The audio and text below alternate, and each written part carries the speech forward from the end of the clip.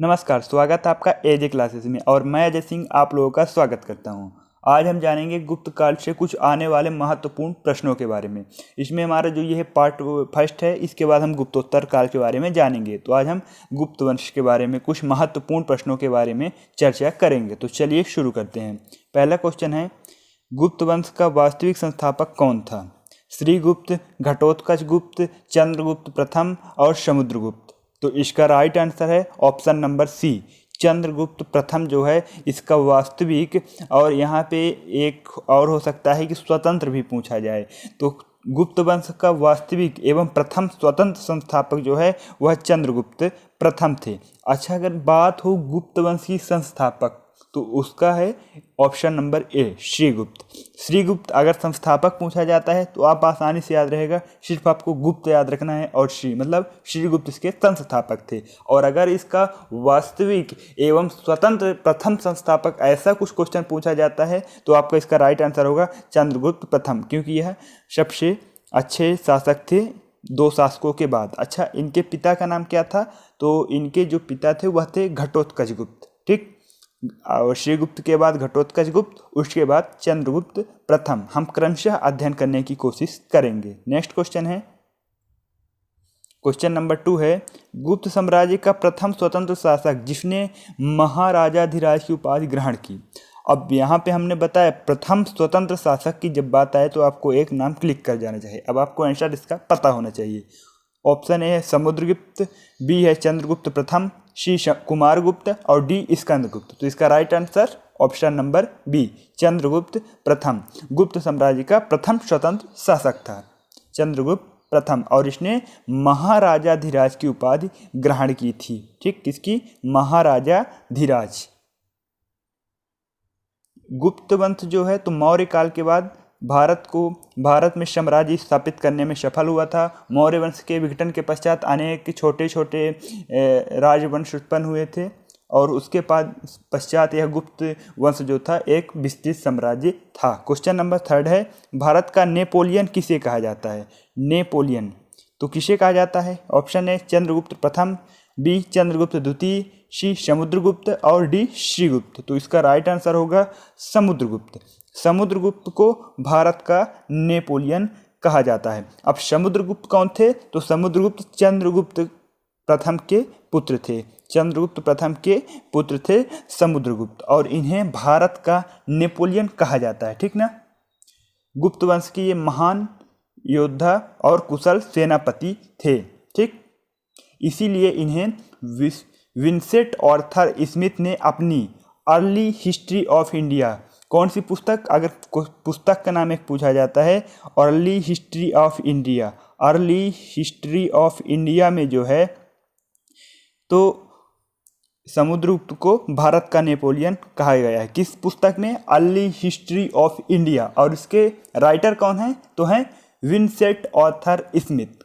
Vincent Arthur Smith की early history of India में इन्हें भारत का नेपोलियन कहा गया है, समुद्रगुप्त को। ये एक महान शासक थे गुप्त वंश के। क्वेश्चन नंबर 4 है, कालिदास किस शासक के नवरत्न में शामिल थे? श्रीगुप्त, समुद्रगुप्त, चंद्रगुप्त प्रथम और चंद्रगुप्त द्वितीय।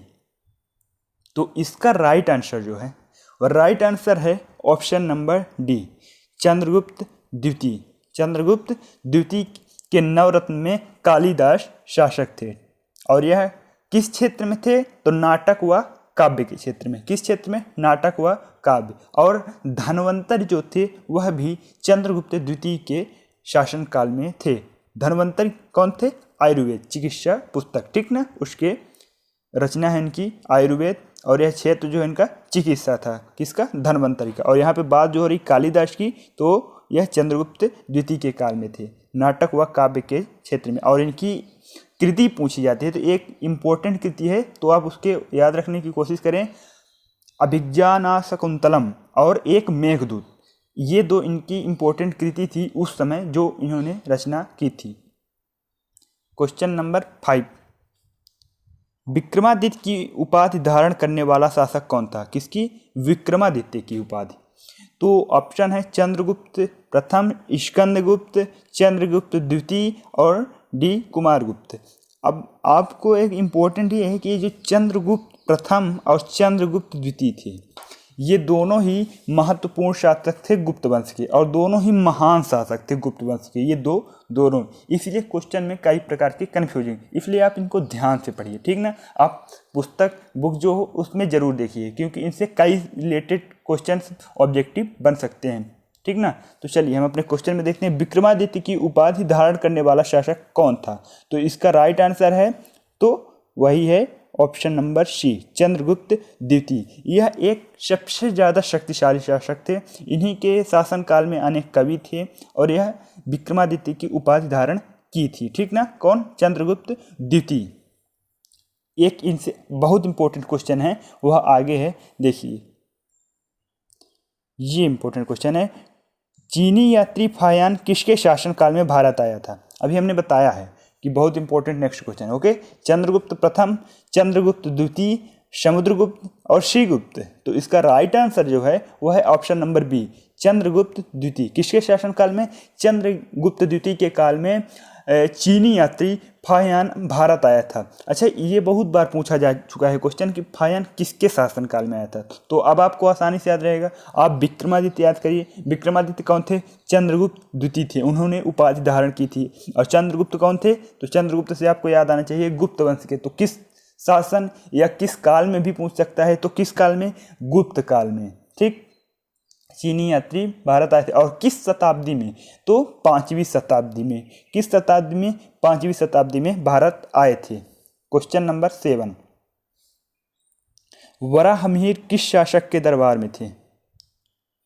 रुद्रसेन, रुद्रसेन द्वितीय, समुद्रगुप्त और चंद्रगुप्त द्वितीय।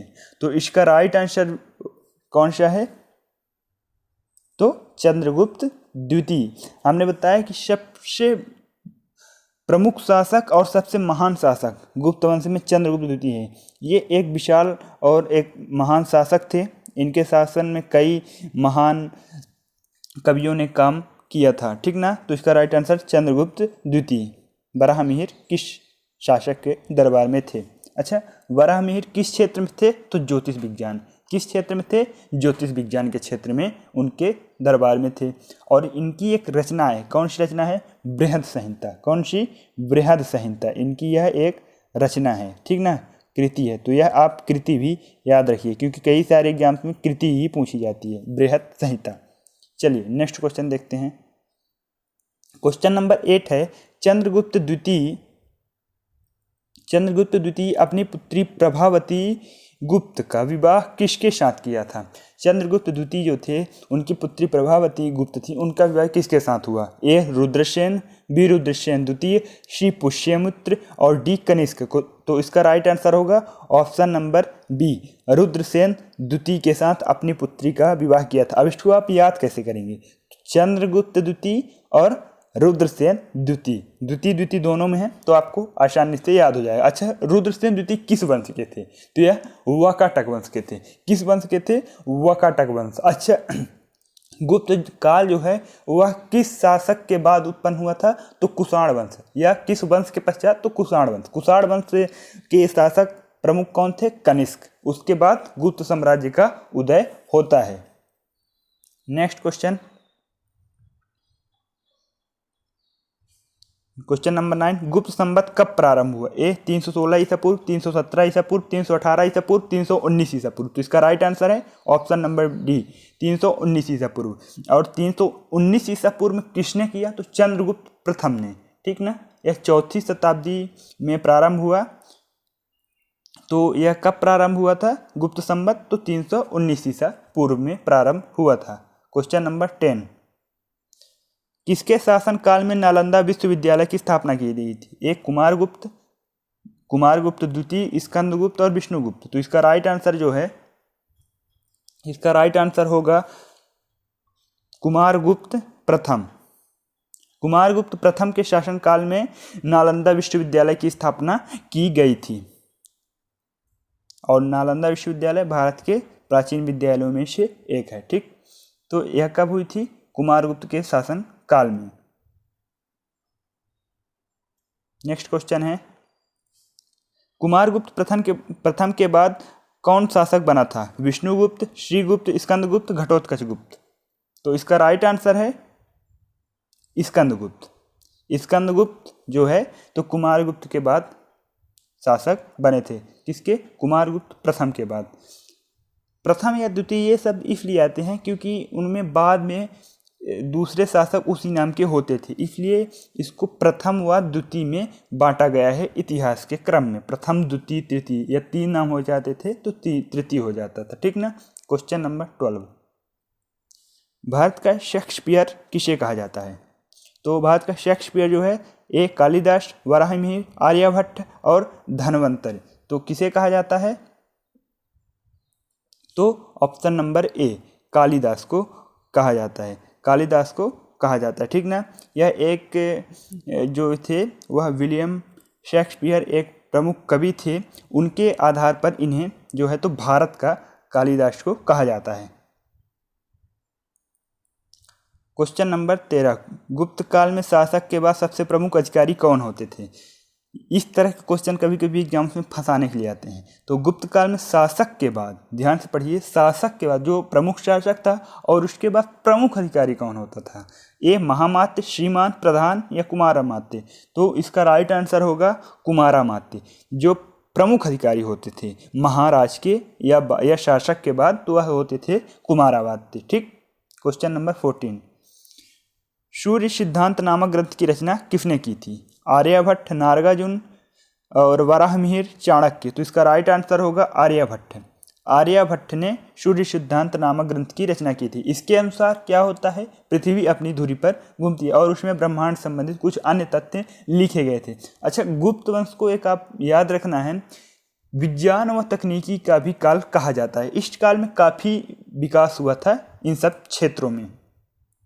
क्वेश्चन नंबर 15, शून्य तथा दशमलव का अन्वेषण किस युग में हुआ था? अभी हमने इसके जस्ट पहले क्वेश्चन में बताया है कि उस समय तकनीकी शिक्षा का बहुत विकास हुआ था। ए मौर्य युग, मुगल युग, वैदिक काल या गुप्त युग? तो इसका राइट आंसर होगा गुप्त युग। इसको आप याद रखिए कि गुप्त युग में भारत का कई सारे विकास हुए थे, जिसमें तकनीक एवं शिक्षा के क्षेत्र में बहुत सारा विकास गुप्त वंश में हुआ था, इसलिए अनेक प्रकार की खोजें हुई थी। क्वेश्चन नंबर 16 जो है, गुप्त काल की सर्वोत्तम कला के उदाहरण हैं सांची स्तूप, अजंता की गुफाएं, अमरनाथ की गुफा या ए बी दोनों? तो इसका राइट आंसर है अजंता की गुफाएं। ठीक। इनमें बौद्ध व हिंदुओं के विशिष्ट चित्र उपलब्ध हैं। तो यह किस काल की हैं? तो गुप्त काल की सर्वोत्तम कला के उदाहरण हमको देखने को अजंता की गुफाएं में मिल जाते हैं। क्वेश्चन नंबर 17 है, सारनाथ में किसकी मूर्ति है? महावीर, कृष्णा, चंद्रगुप्त, गौतम बुद्ध? तो इसका राइट आंसर है option number D Gautam Buddha. इसी काल में इनकी मूर्ति सारनाथ में जो निर्मित है वह गौतम बुद्ध की एक महान जो बहुत ही अच्छी मूर्ति सारनाथ में बनी है वह किस काल की है? तो वह गुप्त काल की है। तो आप यहाँ से याद रख सकते हैं। तो इस तरह यहाँ से दो तीन तरह क्वेश्चन बनते हैं, सारनाथ में किसकी मूर्ति है या गुप्त काल की प्रमुख मूर्ति कौन सी है? तो याद रखना है गौतम बुद्ध। ठीक ना। क्वेश्चन नंबर 18, हूणों का प्रथम आक्रमण किसके शासन के समय में हुआ था? ए स्कंदगुप्त, बी चंद्रगुप्त, सी गुप्त या बुद्धगुप्त? तो इसका राइट आंसर है हूणों का आक्रमण कब हुआ था? प्रथम। ठीक ना। तो इसका राइट आंसर जो है वह है स्कंदगुप्त। स्कंदगुप्त के शासनकाल में हुआ था। अब स्कंदगुप्त कौन है? हमने पहले बताया कुमारगुप्त प्रथम के पुत्र थे स्कंदगुप्त। इन्हीं के शासन में जो है तो हूणों का आक्रमण हुआ था। और यह यहाँ से एक क्वेश्चन आपको और याद रखना है, यह स्कंदगुप्त जो है तो अंतिम प्रतापी शासक भी आप कह सकते हैं गुप्त वंश के। और इस युद्ध का जो है तो उल्लेख कहाँ से मिलता है? तो ये आपको याद रखना है भीतरी स्तंभ लेख से इसका उल्लेख मिलता है। ठीक ना। तो ये आप याद रखेंगे। देखिए, हम क्वेश्चन के साथ कुछ फैक्ट भी बताते हैं क्योंकि आपको याद रखने में आसानी होगी। क्वेश्चन नंबर 19 है, गुप्त वंश का अंतिम शासक कौन था? बुद्धगुप्त, चंद्रगुप्त तृतीय, विष्णुगुप्त, स्कंदगुप्त? तो इसका राइट आंसर है विष्णुगुप्त। विष्णुगुप्त गुप्त वंश का लगभग अंतिम शासक था और उसके बाद गुप्त वंश समाप्त हो जाता है। क्वेश्चन नंबर 20 एवं लास्ट क्वेश्चन, नवरत्न किसके दरबार में थे। अब हमने यहाँ पे बताया किसके दरबार में तो नहीं थी, ये नहीं बताया, लेकिन हम बहुत सारे महान लेखकों के बारे में डिस्कस किया। तो उसके अनुसार ए चंद्रगुप्त प्रथम, बी चंद्रगुप्त द्वितीय, समुद्रगुप्त और स्कंदगुप्त। तो चंद्रगुप्त द्वितीय के दरबार में नवरत्न थे। उन्हीं में से वराहमिहिर, आर्यभट्ट, धन्वंतरि जैसे नवरत्न शामिल थे, ठीक ना। तो किसके दरबार में, तो चंद्रगुप्त द्वितीय के दरबार में जो है तो नवरत्न उपलब्ध थे। और अगर इसका आपको PDF चाहिए तो इसके आंसर भी दिए गए हैं। अगर आपको इसका PDF चाहिए तो आप हमारे टेलीग्राम को ज्वाइन करें, आपको वहाँ से मिल जाएगा। और अगर वीडियो पसंद आया तो लाइक करें, सब्सक्राइब करें और दोस्तों में शेयर करना बिल्कुल भी ना भूलें। इसी तरह नेक्स्ट वीडियो के साथ हम जल्द मिलते हैं। धन्यवाद।